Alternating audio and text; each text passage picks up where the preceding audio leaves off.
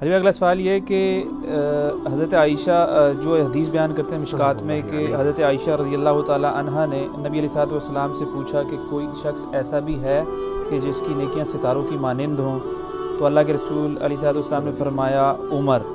تو پھر حضرت عائشہ رضی اللہ تعالیٰ عنہ نے پوچھا ابو بکر، تو اللہ کے رسول علیہ الصلوۃ والسلام نے فرمایا عمر کی ساری نیکیاں ابو بکر کی غار سور کے مقابلے میں ایک نیکی کے مانند ہے۔ ضعیف روایت ہے، بلکہ یہ ضعیف بھی نہیں، جھوٹی روایت ہے۔ سنن کبری البیہقی میں شیخ البانی نے، شیخ زبیل زئی نے، دونوں نے کہا ہے کہ یہ من گھڑت روایت ہے۔ میں اس کو من گھڑت اس لیے بھی سمجھتا ہوں کہ میں حضرت عمر کی نیکیوں کو ستاروں سے بھی زیادہ مانتا ہوں۔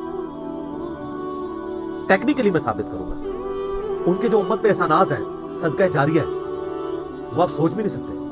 ستارے تو تھوڑے رہ جائیں گے کیونکہ ان لمیٹڈ ہے۔ میں تو امام بخاری کی نیکیوں کو ستاروں سے زیادہ مانتا ہوں جو انہوں نے دین کے لیے کنٹریبیوٹ کر دیا۔ ٹھیک ہے، تو یہ ضعیف روایتیں ان کو بیان نہیں کرنا چاہیے، کہانیاں بیان نہیں کرنی چاہیے، وہ چیزیں بیان کرنی چاہیے جو صحیح سند سے ثابت ہوں۔ ہمارے خلفائے راشدین، ہمارے صحابہ کرام، ہمارے محبوب صلی اللہ علیہ وآلہ وسلم جھوٹی روایتوں کے محتاج نہیں ہے اپنی شان کے لیے۔ ان کی شان میں کتاب و سنت کے اندر بہت سے دلائل موجود ہیں۔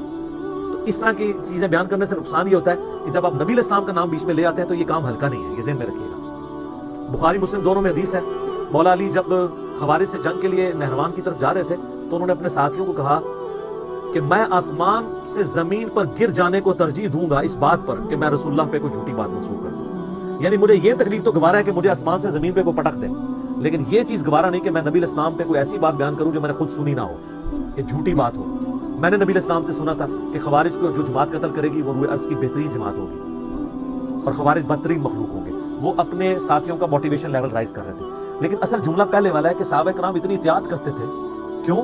مولا علی سے ہی پہلی حدیث ہے مسلم شریف کی کہ جس نے میری طرف جھوٹی حدیث منسوخ کی، نبی علیہ السلام فرمایا وہ اپنا مقام دوزخ میں دیکھ لے۔ تو جن لوگوں کو پتا تھا کہ نبی علیہ السلام پہ جھوٹی حدیث بیان کرنے سے آپ دوزخ میں جا سکتے ہیں، ان کی جرت تھی کہ وہ حدیث بیان کرتے، اور آپ لوگ اتنے دیدہ لے رہے ہیں کہ ہر ایک کہانی بیان کرتے جا رہے ہیں، جب محدثین کہہ رہے ہیں فیبریکیٹڈ ہے، جن کا سودا ہے وہ بتا رہے ہیں کہ جعلی روایتیں ہیں۔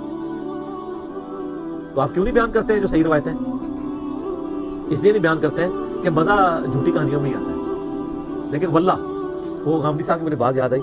غامدی صاحب کہتے ہیں ایک دن مجھے میری بہن کہنے لگی کہ بھائی جان آپ جو باتیں کرتے ہیں نا وہ باتیں تو صحیح ہیں لیکن اس سے سارا مزہ خراب ہو گیا دین کا۔ کیا مزہ ہوتا تھا، جمعرات آتی تھی، اگربتی جلاتے تھے، ٹھیک ہے جی، مجھے آج تک، بلکہ جو لوگ ریورٹ ہوئے ہیں نا وہ کافی عرصہ جب میلاد کا مہینہ آتا ہے نا تو ان کے اندر وہ چیز جاگتی ہے کہ یار ہم کہیں گستاخ ہی نہ ہو۔ اس کا بھی میں نے جواب دیا تھا کہ جب یہ آئے نا تو پھر محرم میں بھی آپ نے ذرا دیکھنا ہے کہ میرے گھر میں ٹی وی کو چل رہا ہے اور میں نے کالے کپڑے کیوں نہیں پہنے ہوئے، کہیں آپ اہل بیت کے گستاخ نہ ہو، تو پھر آپ کو اس پھکی کا جواب مل جائے گا۔ نہیں، نبی علیہ السلام جو کہیں گے وہی کرنا ہے۔ آپ کو میں اپنی ماں کی ایک بات بتاؤں، سیدہ ام حبیبہ سلام اللہ علیہا، حضرت معاویہ کی جو بہن تھی،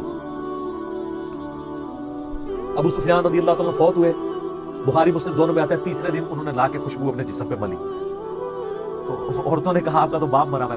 انہوں نے کہا میں نے تمہارے لیے تو یہ بات کی ہے کیونکہ نبی علیہ السلام فرمایا تھا جو عورت اللہ اور یوم آخرت پہ ایمان رکھتی ہے اس کے لیے حلال نہیں ہے کہ 3 دن سے زیادہ سوگ کرے سوائے اپنے خامد کے مرنے پر 4 مہینے 10 دن۔ میرا باپ مرا تھا، 3 دن کے بعد سوگ ختم، میں نے اس کو اعلانیہ اناؤنس کیا ہے۔ یہ ضروری تھا ویسے اناؤنس کرنا؟